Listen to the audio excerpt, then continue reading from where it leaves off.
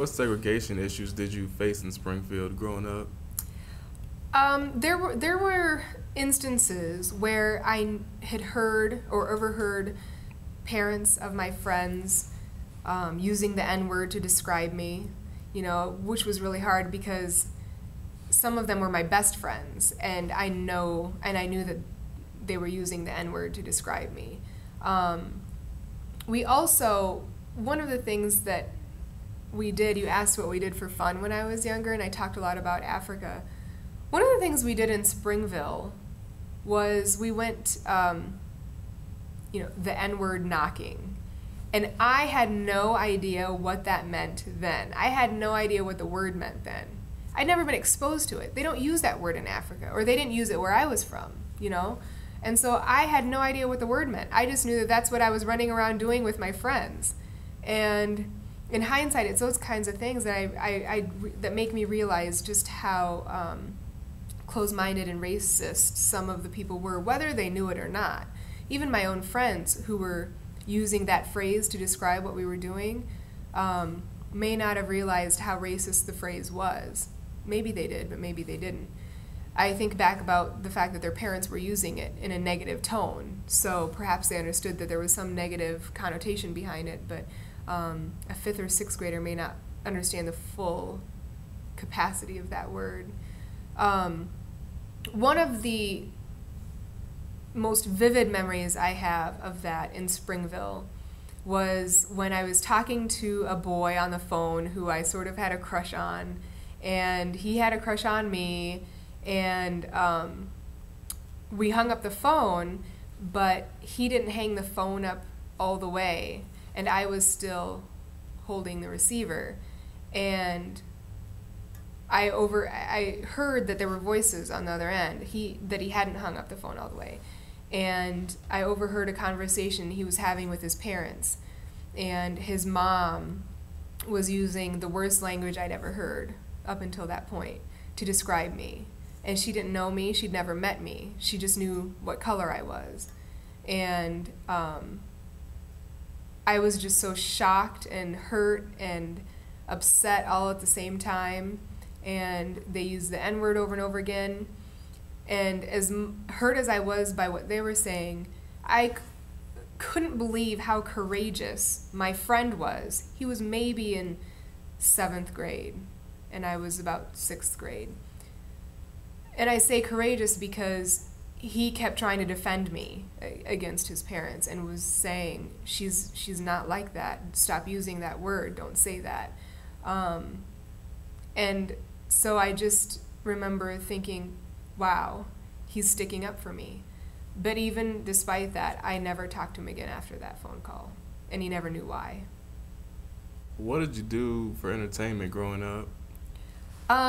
In Springville or in Africa, or Either place. in either place? In Springville, my goodness, we didn't have TVs, for one, like we do here. My family happened to have one TV, and then there was another family in the town that had a TV, but kids didn't rely on technology there as much as they do here. And that's not to say we were running around in huts, because that's the other thing people imagine, but we just relied on the resources we had. A lot of times we rolled like inner tubes down the hills with our sticks that we picked up off the ground and chased them down the hill, and that was fun. My sister and I and our older brothers and our older sister all played for a good year at this construction site that we called Caterpillar Hill. And we called it Caterpillar Hill because how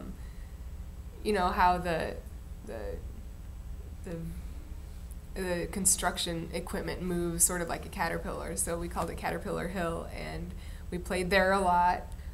We made mud pies, and it was just a lot of outdoor activities, running around, catching, actually we'd catch grasshoppers and we'd fry them up and eat them.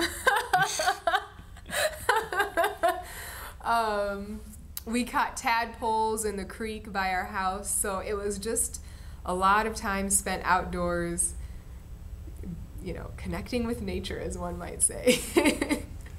How has the civil rights movement affected you?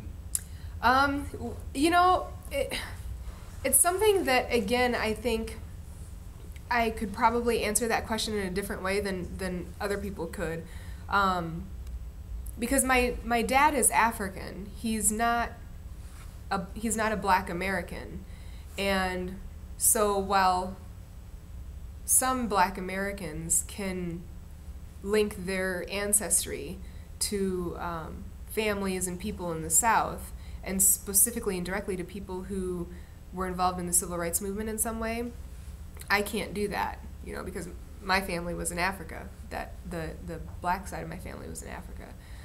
The white side of my family was, in Springville, Iowa, farming, and here and there might have had opportunities to be involved in some sort of desegregation events, but not really to the degree that you would have seen in the South.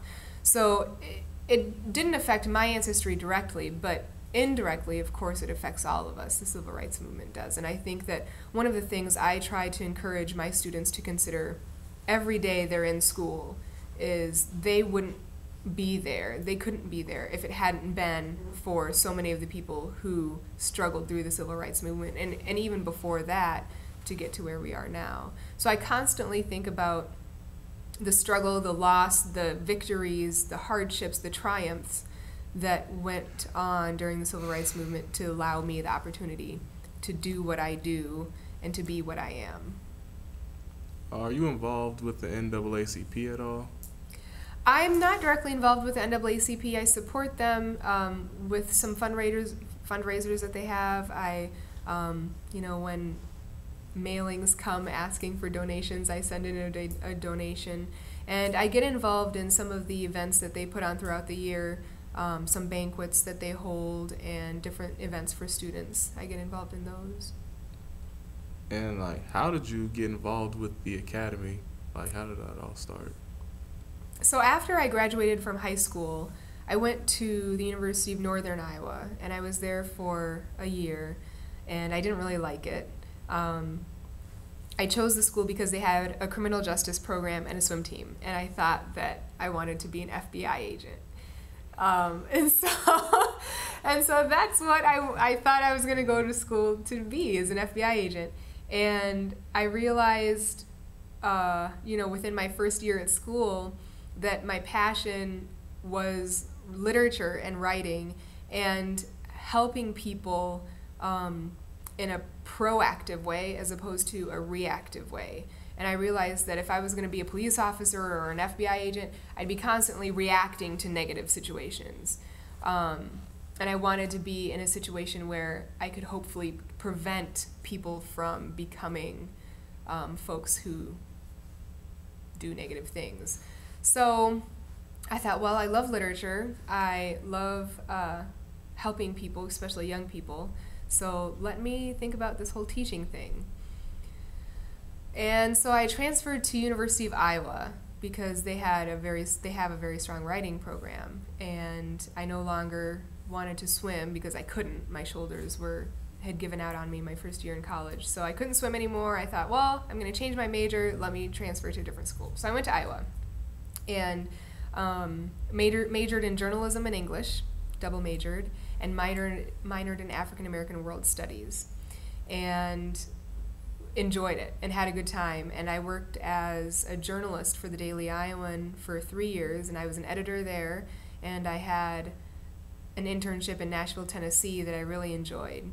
And I could have had probably a pretty good career as a journalist, but about a month before I graduated, I decided that I wanted to start off as a teacher first. I could always write, I told myself. I can always write, but I can't necessarily always teach. I can't go back to teaching 20 years from now.